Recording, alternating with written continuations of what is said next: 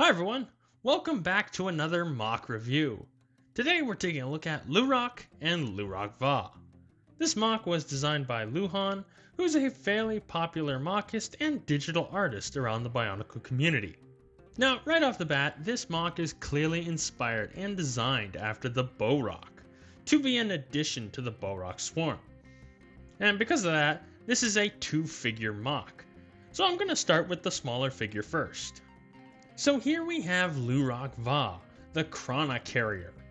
Right off the bat, this guy is clearly just another Bor Rock Va, with some minor but noticeable differences. Starting at the feet, this little guy has 4 feet, all made from connectors and Bor Rock eyes, and they're all connected to the body by some Bor Rock limbs. The torso is pretty plain, being an exact replica of the standard Bor Rock Va build, with the exception of the chrono holder. Here the chrono holder has been swapped out for a custom assembly of lift arms and Technic panels, and this little assembly is able to hold up to 3 chrono comfortably. And of course the chrono chucking feature is fully functional as well. And it kinda works. There's a bit of prep work required to get this to work nicely, but after posing the figure a little better, the chrono are tossed everywhere. The one situated in the back usually goes the farthest, so keep an eye on that one. And the whole mechanism is connected to the arm, which by flicking down activates the function. And the arm itself is pretty basic, being a few connectors. But the other arm is the complete opposite. The left arm on Luhrok Va is very interesting, having an extra hinge and this claw assembly from 2001. So it fits right in with the style of this mock. And there's a rubber band on the claw which allows you to grip things, like the one accessory, other than the chrono, that this mock is shown with. And it's just this translucent blue space rock. Now it is kinda touch and go on the grip. It's really all based on the rubber band, so if you got a new one, the grip is real nice. Otherwise, yeah. And lastly, the head is a standard Va design with a silver saw shield piece and translucent yellow Bor Rock eyes. Very simple, but it works.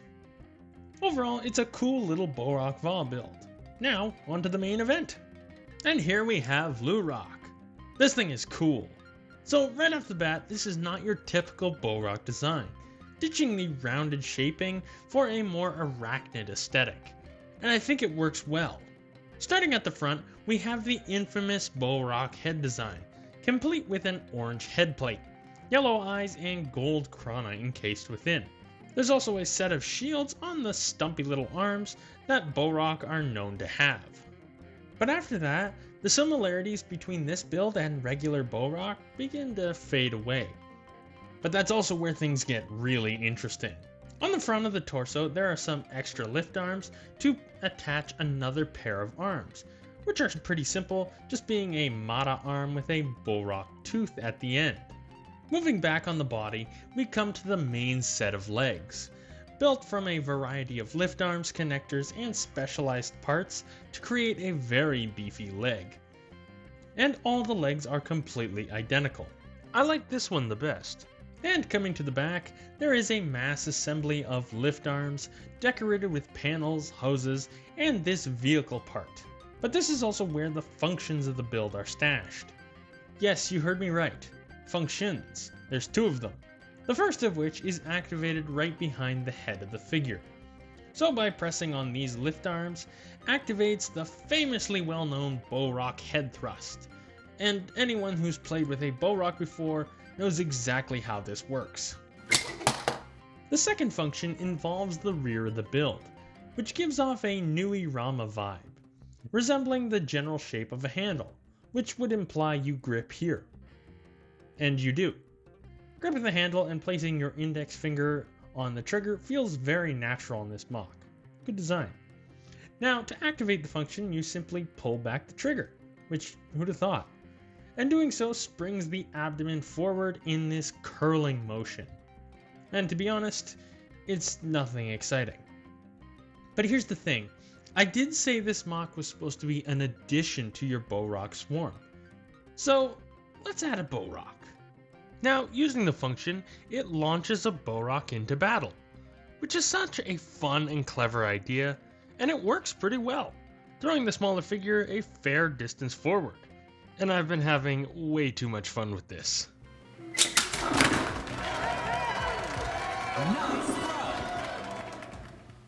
Alright, articulation wise, we're going to start with the Va and then we'll move on to the big one. So, getting this out of the way, the little guy, at the legs, you got 4 little ball joints here for each one of the little legs. Yeah, I guess they're legs, so it can rotate, hinge, up, down. You know, it's a ball joint, it's unhindered. There's no kind of swivel there, it's all locked. There is a hinge though at the torso right there, so you can hinge down that far, back that far, standard Bor Rock Va stuff. Then you get another pinned hinge there, so you can go down and up all the way, which is good. And then there's a ball joint, so you get all kinds of rotation and movement there at the head. So lots of movement for the body. At the arm, you have a pin, so the arm can go all the way around. There's a ratcheted hinge right here, and so it can bend 90 and back the other 90. Then this claw here, it can move back and forth, and then because of the rubber band, it can also open and close, just like so. And yeah, so then with the other arm, it is locked to this mechanism, so yeah, you get that standard Bor Rock Va stuff. So overall, it's a Bor Rock Va with a few extra joints. Nothing too crazy. Anyway, on to the big build. Alright, for the big guy, let me move up, zoom out a bit, and focus for you so you can see what's going on. We're going to start at the front here. So you have 2 sets of arms. Each one is on its own little ball joint here. So you get a ball joint, hinge forward, back, rotate. Can't go up too far just because of how the socket is oriented. But yeah, you do get a decent range of movement there. Then you have the back arm, and that's on a ball joint as well. And then the hand is on a ball joint, so you get all kinds of crazy movement. So back that far, forward that far, out. It can curl up like standard Bor Rock stuff. Oh, that's not supposed to happen. But yeah, it kind of all this stuff gets in the way. It's mainly this lift arm and this arm assembly. So, and it's also moved out one or 2 notches out compared to a normal Bor Rock build. So you can't really curl it up like you would on a standard Bor Rock. And you get both on both sides. So you got 4 sets of arms there. And then for the legs, you have, let me get that out of the way, you have a pinned hinge here, so the leg can move forward that far and back that far for the front leg. And then if you move the front leg forward, you can move the back leg forward this far and back that far. And then each leg also has a ratcheted hinge here, so you can go up that far, down that far until it collides with stuff over here. And then of course you get the lovely clicking. Yeah, so you can go all the way around, and that's good. And yeah, the rest of the body is completely a brick, which is completely fine, I think, for a 2001, 2002, 2003 inspired build. The function's all back here and takes up most of the body. So yeah, overall, the articulation on this guy is pretty good.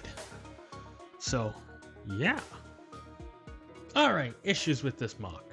Firstly, Luhrok Va has some minor issues. One, because of the multiple ball joints at the legs, using the throwing feature is more often than not ruined because of those extra points of articulation, making the figure flop all about when you activate the throwing arm. Second, the extra weight of the Krana backpack can also hinder the throwing feature, as the momentum of the backpack can throw the whole body around and mess up the direction of the Krana being thrown. As for Luhrok itself, the front of the body isn't the most secure connection. This is most notable when you use the head thrust function, and although the whole assembly is realistically not going anywhere, it does feel rather flimsy. Now, the last main issue and the biggest one I found is in the Bor Rock throwing feature on the main build. The intended idea is that it's supposed to throw the Bor Rock, which it does throw the Bor Rock, and at a considerable distance. But like its Va counterpart, it's definitely not the best and could be refined a bit. The main problem I've come across is the function springs too far forward, making the Bor Rock smack into the main build, which then throws the direction, speed, and distance completely off. It also makes me worry that using this function will damage the orange Bor Rock windscreen, as it's a piece that's a little harder to come by. Speaking of which, if you want to build this MOC for yourself from scratch, some of the more noteworthy parts that may be more expensive or harder to find are the orange Bor Rock windscreen. As I just mentioned, it is harder to find, but not usually too expensive.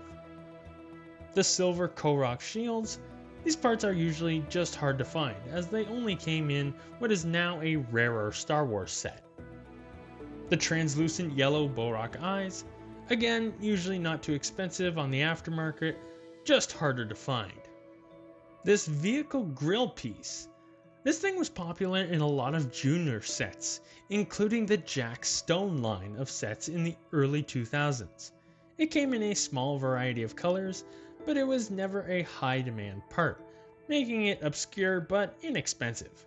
These claw pieces, these were used in a handful of Life on Mars sets. One part is only half, so you'll need 2 of these and a rubber band to make the claw work. I had no problem getting these, and from my experience, they were really cheap. But I figured I'd share with you what this part is, so you have some reference to find it if you want to get a hold of one. The black pin axles. Don't buy these, save your money, just use blue ones, you'll be fine. And lastly, the 4 Krana. I got the exact ones the designer showed the model using, but if you're not too picky, any mold will work. Because the Krana are more on the collectible side, their price and rarity varies depending on the mold and color. Which from my experience, these weren't the hardest to get a hold of, but they definitely weren't easy to find either. They also varied in price, but none actively made me worry about smashing my piggy bank.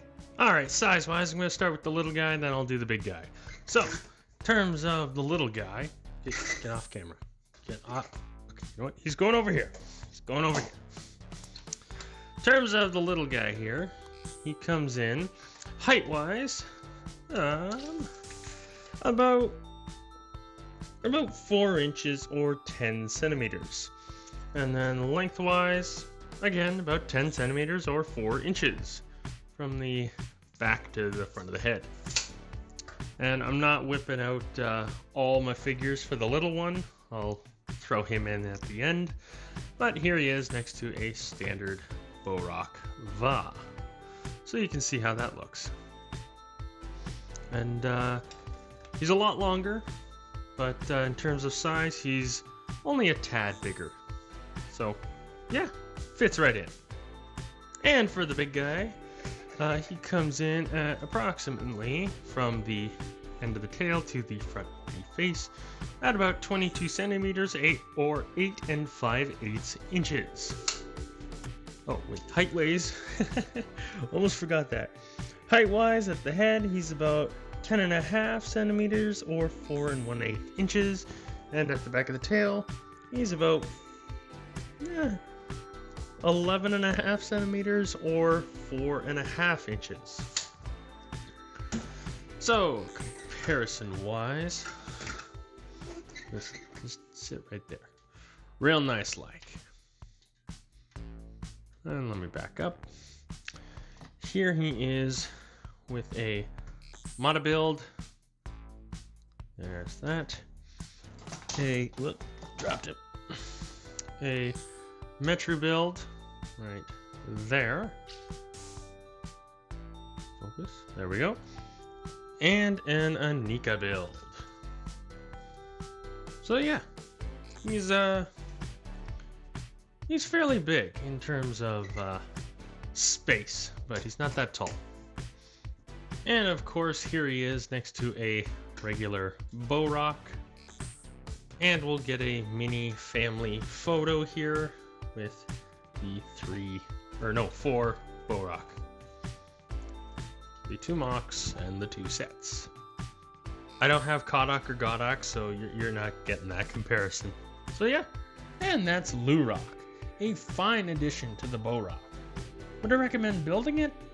Only if you're an avid collector and you want to increase your swarm size. This is definitely a novelty MOC, as the functions need to be refined ever so slightly. It's also a major shelf hog, being quite large and needing a good bit of shelf space. And on top of that, the parts used here are more on the obscure side. That said, it's still a fun MOC to add to the collection, and if you have the opportunity, I would definitely give it a build. I'll leave a link to the instructions in the description below.